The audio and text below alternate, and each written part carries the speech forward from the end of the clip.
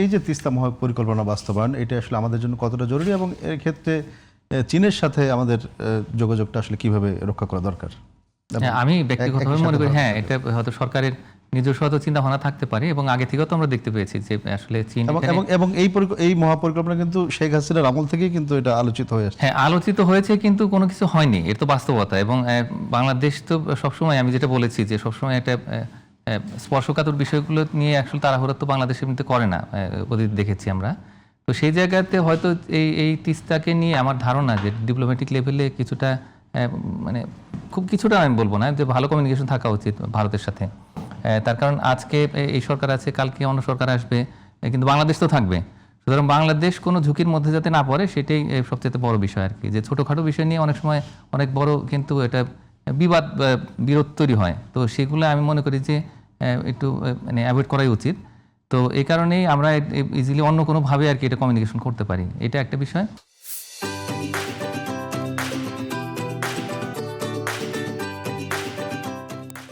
আর দ্বিতীয় বিষয় হচ্ছে যে হ্যাঁ, চীনের যদি আমরা দেখি আর কি, যে চীন আসলে ঠিক সেভাবে সরাসরি আশেপাশের যে দেশগুলো তো সেগুলোর সাথে কী ধরনের যুদ্ধে জড়িয়েছে বা এরকম সামরিকভাবে আসলে কোনো কিছু করেছে কিনা, তো সেভাবে কিন্তু খুব বেশি বড় উদাহরণ নেই। হ্যাঁ, আর চীনও তো কিন্তু হিসাব করে যে বাংলাদেশে তাদের যে ডেভেলপমেন্টাল ইন্টারেস্ট সেই দিকে তাদের আসলে এটা বেশি, মানে নজরটা বেশি। এখন যেটা চাচ্ছে যে বাংলাদেশের ভিতরে আর কি, বিশেষ করে যে ওদের যে আলাদা ইকোনমিক জোন তো সেটা কীভাবে এস্টাবলিশ করবে, বিনিয়োগ আরও কীভাবে বাড়াবে, তো তারপরে একই সঙ্গে যে বাণিজ্য তো সেটা আরও কীভাবে বাড়াবে, তো সেগুলোতে তাদের আমার কাছে মনে হয় যে এদের ইন্টারেস্ট অনেক বেশি। এই কারণে একটু খেয়াল করলে দেখবেন যে সমঝোতার স্মারক তো সেখানে কিন্তু বেশিরভাগই অর্থনৈতিক।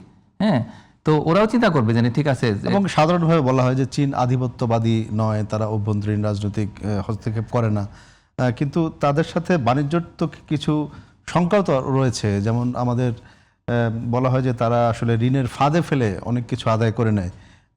এই সংখ্যাটা আসলে না, এটা আমি মনে করি যে আমরা ওরকম কোনো এভিডেন্স পাইনি। আমরা নিজেরা গবেষণা করেছি সারা পৃথিবী জুড়ে, মানে আফ্রিকা বা আমি শ্রীলঙ্কার কথাও যদি বলি, যে হাম্পানটোটা বা যে ইনফ্রাস্ট্রাকচার তো সেইগুলোতে ইকোনমিক রেট অফ রিটার্ন ঠিক মতো ক্যালকুলেশনই করা হয়নি। তো তারপরে আসলে চীনের দিক থেকে একটা সহযোগিতার আশ্বাস ছিল যে সেটা একটা হাফ করা হবে, কিন্তু আলটিমেটলি সেটা হয়নি। কারণ ওইটা যে জায়গাতে যে লোকেশনে তো সেখান থেকে কিন্তু আসলে সেরকম ট্রেড হয়তো হবে না। তো সেটা অনেকে আশঙ্কা করছিলেন, কিন্তু ওই রাজা পাকসে তারা সেইভাবে আসলে করেছে, তো আলটিমেটলি সেটা ফেলিওর হয়েছে।